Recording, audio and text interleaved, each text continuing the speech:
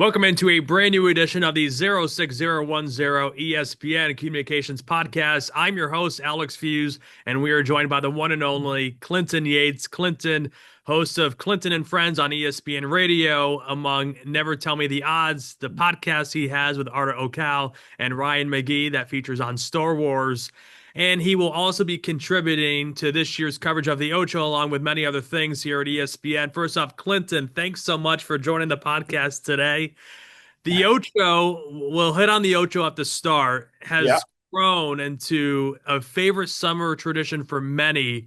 For you, what makes covering the Ocho so special?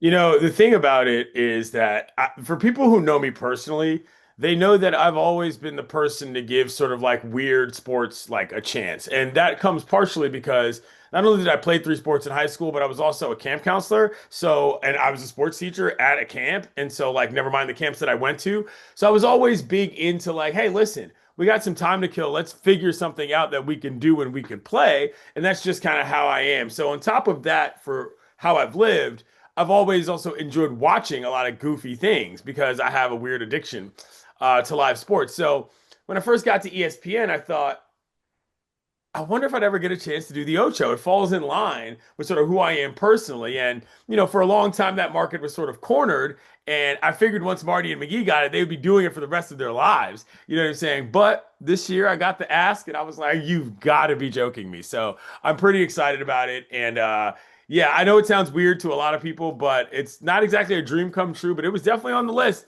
of things I wanted to do. So that's exciting. From a storytelling perspective, and we'll get into your art of how you tell a story because I think you're one of the best that does that. Thank you. Why do you think these unconventional sports resonate with so many viewers?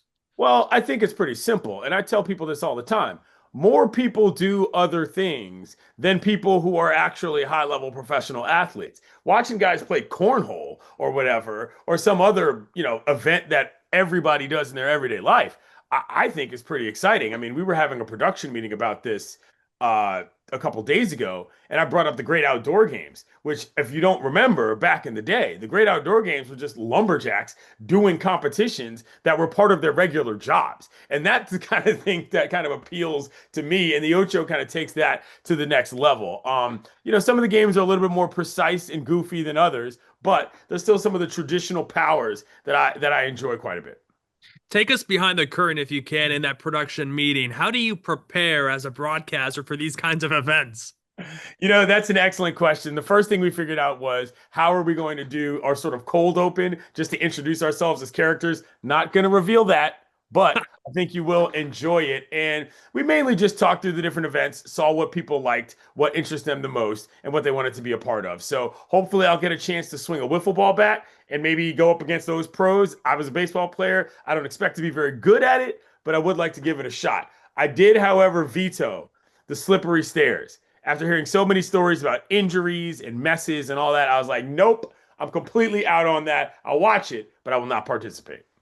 So, a lot of people are talking about the slippery stairs. Can you describe what they are for people that might not know? So, from my understanding, what it is it's a big ramp where sort of American Ninja style obstacle course, you try to get up these steps, but they're covered with whatever this slime is that you basically just have to negotiate. And a couple friends have done it, a couple people I've seen have done it, and either A, you're a complete mess at the end of it because of all the stuff that's on your clothes, or B, you probably embarrassed yourself two or three times sliding back down this bad boy. So, yes, not only am I vain, I'm also very particular about the way my body works. And so I'd rather not hurt myself just for the cause.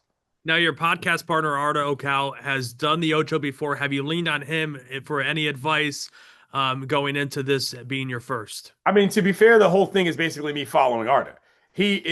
I am his Padawan, to use a Star Wars reference in this situation. He knows the lay of the land. He knows the deal. He's also a guy that comes from the WWE world. So he's a little bit more familiar with kind of the event style presentation in general, also obviously being a Sports Center host. So yeah, Arda's been excellent in this. And it's always fun bouncing ideas off of really creative people. We really got a good one cooked up for the cold open, and I'm excited about it. All right, I can't wait to watch. I know you can't reveal too much there, and you want to keep it in suspense. Now, Clinton, we'll transition now, and you've had a unique path to ESPN. You have one of my favorite stories on how you got your first start here at ESPN. Can you reshare that story on the podcast? Because it is one of my favorites. Well, okay, there's the long version and there's the short version. I'll go with the medium version, which is that Okay. when I was a columnist at the Washington Post locally, I ended up meeting up with a guy named Dan Steinberg, who was then a columnist for the Washington Post sports section. We were watching a Wizards game on the road. We happened to be in the same bar because he was attending my local at the time, and a spot had just opened up at the sports section. And he said, "Bro, you really should write for sports. You tweet about it all the time. You cover it well, even in your local lanes. And obviously, you care about this more and know about this more than other people." Key point, I was a sports writer in college, so that's how I got into the business to begin with. I was like, man, stop it. I'm not doing that. You're asking way too much of me just because we're friends. This is ridiculous. That Monday, I got an email that was like, "You're coming to the sports section." And I was like, you got to be kidding me. So I ended up doing it for 2 weeks. 2 weeks turned into 3 months. 3 months turned into 6 months. I stormed into the managing editor's office at the time and I said, "What the hell are we doing here? I got a whole column. I'm an important city guy. This is goofball stuff. I know how to do this in my sleep." And he said, "Go take a walk around the block and we'll talk about it later." And I came back and he said, "Yeah, you know how to do it in your sleep because you're better at it. How about you stick with that?" A couple months later, he went to ESPN and he took me with him. So that's how that worked out. And it was a really interesting sort of change in view on life and what I thought I was doing. And here we are. That's amazing. You often say you cover sports from the people side of things. Yeah. What does that mean to you, and how does that guide your storytelling when you look at a bigger picture?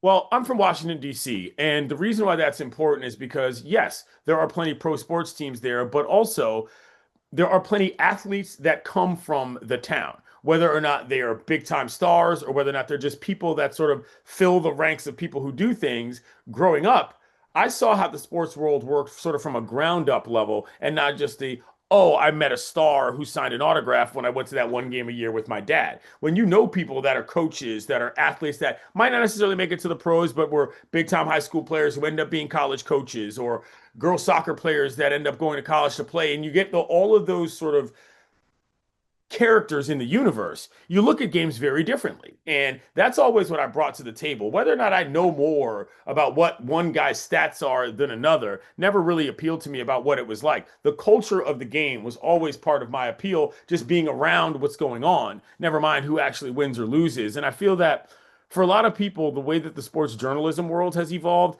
they've forgotten that that's a large part of it. It's like, yo, it's just kind of cool to be here on a lot of levels. And here's how things work. And here's why this person is who they are, is as important to me as, "Oh, did you see what that guy did to that other guy? Or did you see how that girl beat that other girl?" It's just not only that for me. And that's always been a part of who I am, never mind what I try to present as a journalist. I think one of the best examples of your work was just a few days ago with your Deion Sanders story, Yeah. and how you dug into the person that Deion was. Can you give us some insight into how you balanced that story for you?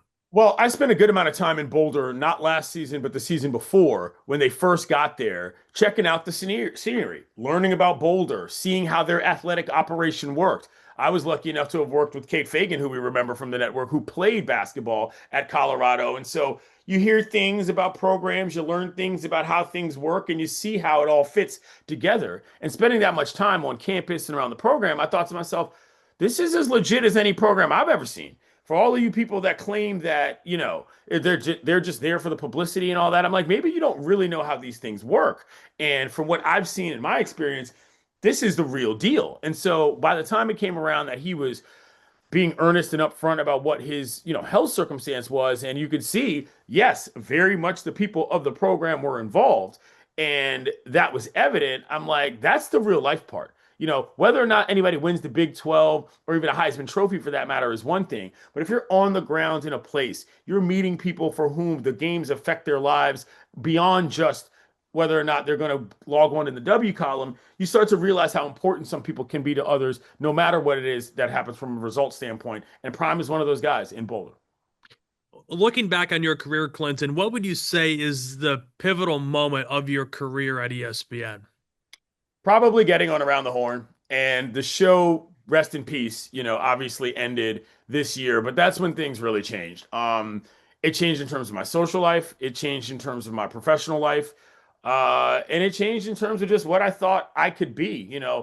TV has a very weird allure, and it's not just about vanity. It's not just about being right. It's about taking yourself more seriously. You can't just get up on the box and start saying any old thing and have people think that you're actually decent at your job if you don't believe it. You go to some places and people will just say whatever sort of fits the moment that they think makes them sound smartest.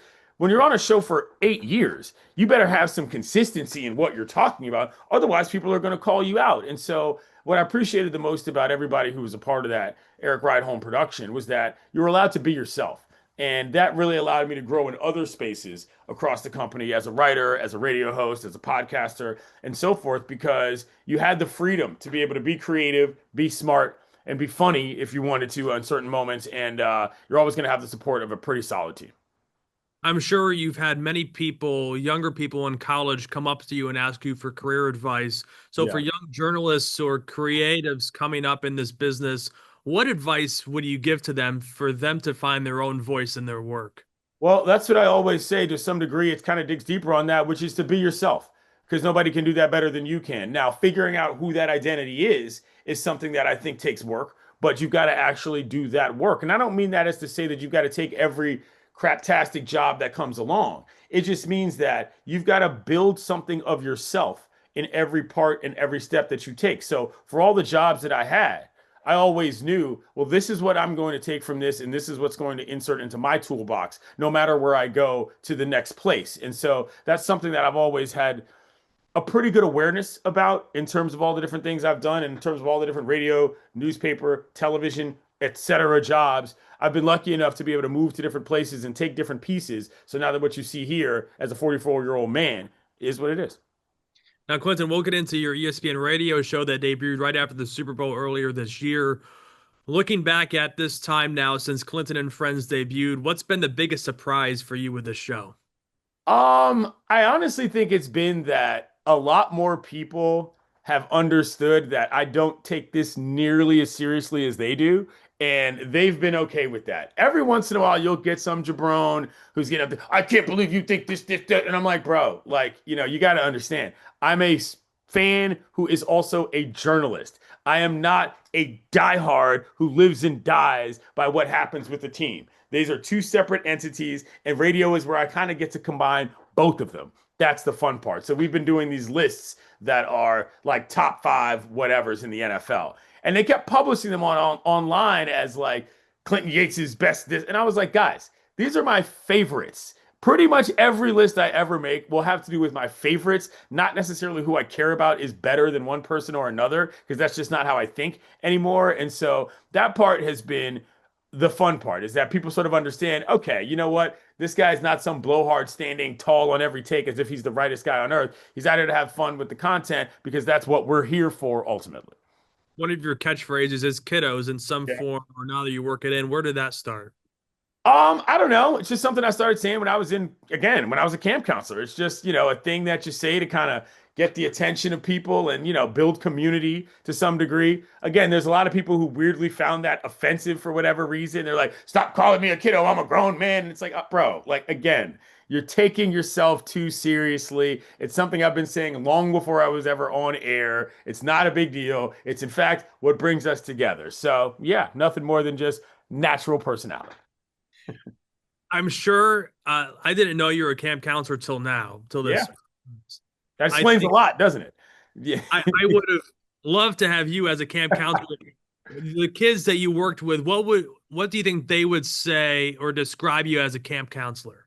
Well, what's funny is that one kid that I did work with, who I remember I got put on sort of special assignment for because he was a rowdy kid who had a lot of energy that he didn't have to necessarily channel in the right ways. We're really good friends now. We talk like every day. He ended up going to my high school as well. And I think they'd probably say what I tell people all the time.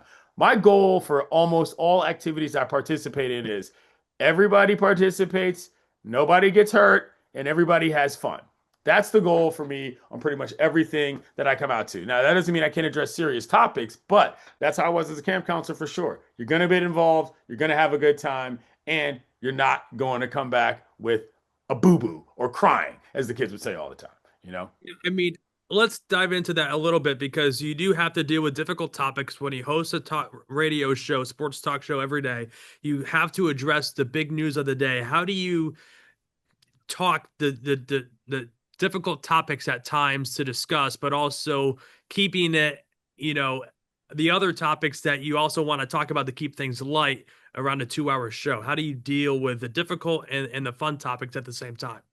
Well, I mean, there's part of that that's just kind of basic editorial judgment. I mean, I worked in a lot of different realms of the news world, but I used to write in politics. I used to be on CNN arguing with people about serious stuff. And so for me, that's not difficult. That's not something I've got to reach all the way back for and find. You know what I'm saying? That's always going to be there. I'm also, again, from DC. So I understand how difficult topics work on a regular basis. For me, it's just a matter of making clear that you're being honest about what's going on. For example, we're doing this bit called Camp CNF, which is basically just a content vehicle for us to kind of have fun with the summer camp construct in different content that happens across the summer because it's a little, lighter on the fare. But you also have the situation like the floods that happened in this country where Camp Mystic literally floated away as a result of problems. And so when that happened, I just talked about that and said, I understand that we are living in a world where there are actual problems going on. This is how we're choosing to have fun with it. And that was that.